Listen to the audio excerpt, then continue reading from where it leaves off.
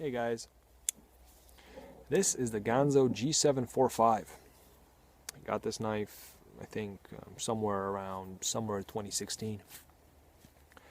And lately, a lot of people have been telling me to check out this knife and that I might like it. Well, I have been checking it out, I have been working with it, and I do like it. The main reason why I bought this knife was this handle scale pattern. I enjoy testing out various handle styles and sizes and handle scale patterns, and this one made me curious. I am looking for folders which have a great handle, something that's going to be grippy but not too aggressive, something that you can work with and it'll give you good control and not bother you if you work with it for an extended period of time. Now, of course, if you work with a folder, almost any folder will become uncomfortable after, I don't know, 5-10 minutes of hard cutting tasks. However, you can only compare how comfortable a folder is if you have worked with a lot of folders and know, for instance, the Griptilian, very, very grippy handle. However, cut wood shavings with that for 5 minutes. If it's a harder wood, it's going to hurt your hand if you're not wearing a glove. Things like that. So when I seen this, I said, well, have to try it out. Now there is a plain G10 version of this and a wooden handle scale version of this. Those look better, but I wasn't curious. I was curious about this handle scale pattern. And you know what? It works. That's all I'm going to say about it. It works. Same as the other funky model groove handle scale pattern that Ganzo has. This one works. I couldn't say if it's better or not. I could say it's more comfortable. It has less sharp edges than that one. If you drag your finger across here, you will feel all the edges, but with that other one, which goes like I've shown in the G732, I think it was, or 33, I can't remember the numbers, that one can have a lot of sharp edges. This one doesn't. It feels great. Now the handle shape is a bit boxy. You could call it a bit boxy. I mean, all of the corners are rounded, but if you're going to hold it in your hand like this, do hard cutting tasks, cut, for example, wood shavings out of beech wood. By the way, this is beech wood. It's not the softest of woods. If you know beech wood, it's rotten on the outside and the inside will be tough as nails. If you're doing this for 10 minutes, it's gonna bother you. Of course, the pocket clip will bother you the most. That's true for, I would say, most folders.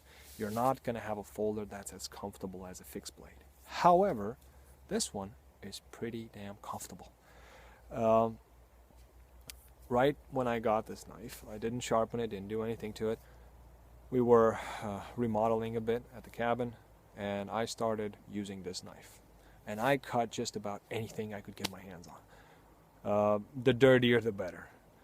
Plastic bottles, cardboard, wood, drywall, whatever needed to be thrown out, I cut with this knife.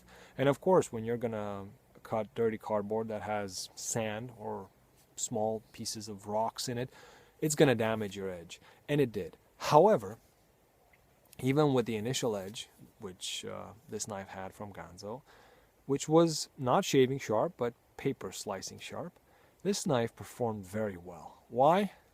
Because the grind is very thin. After I was done with that, I said, I like it.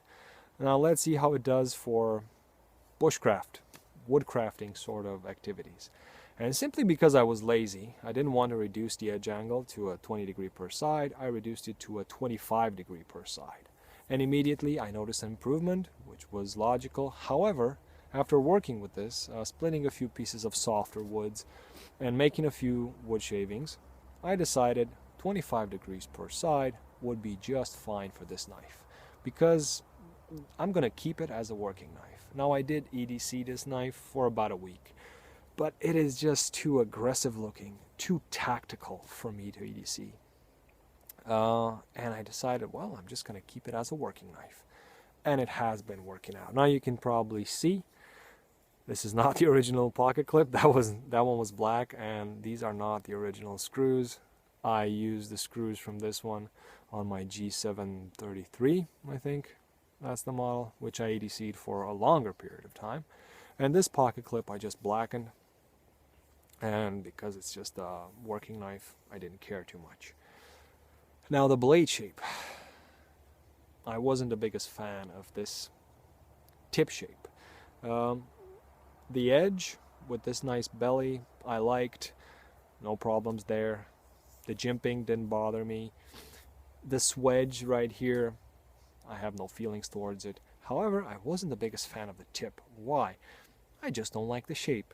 In working with it, I discovered it's very good for working. This is the first knife that I've had which had this style of a tip. And for fine tasks, it's going to do an excellent job.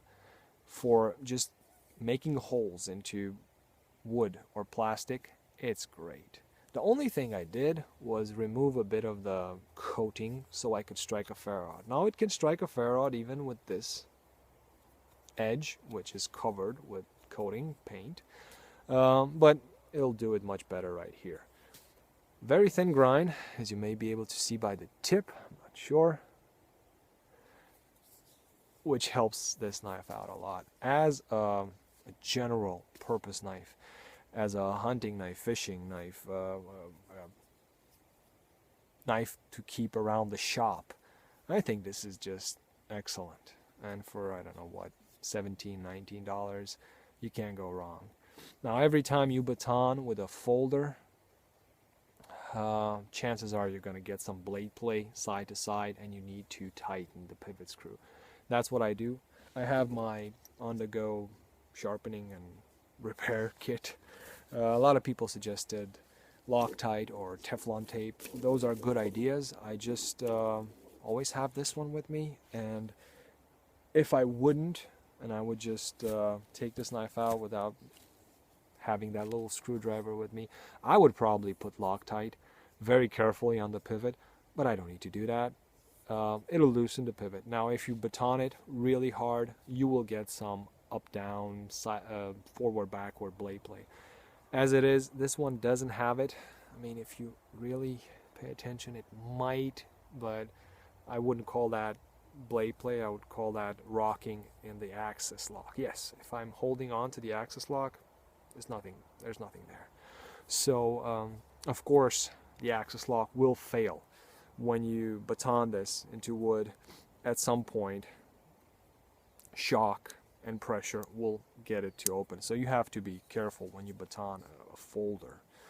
But I don't think there's a folder that has a locking mechanism which you can baton. It will not sustain damage or severe damage over time, and will not fail, because you have moving parts. If something locks it very tight, it's probably going to break it. I've seen some guy test I think the Pull Force Alpha 2, and he broke the lock. It's as simple as that. As far as I've been testing knives, the axis lock is the most resistant lock. I'm not saying it's the safest. Before batoning this one, I will baton and not be so worried that something's going to happen. So as a general utility knife, I think this is great. It is very tactical looking, so if you're into that, go ahead. Not so keen on that. I didn't get it with the plain satin finish blade, because those come with a shiny pocket clip. So that's why I always opt for the blackened blade, and that just increases the chances of me having a black pocket clip, which I sometimes use on other knives, like you've just seen. I hope you found this video interesting. Tell me, do you have it? What do you think of it? And if you have the other handle scale version G745s, also please let me know. If you have any questions or comments about it, just add them in the comment section. I'd like to thank you for watching, guys, and as always, I wish you all a great day.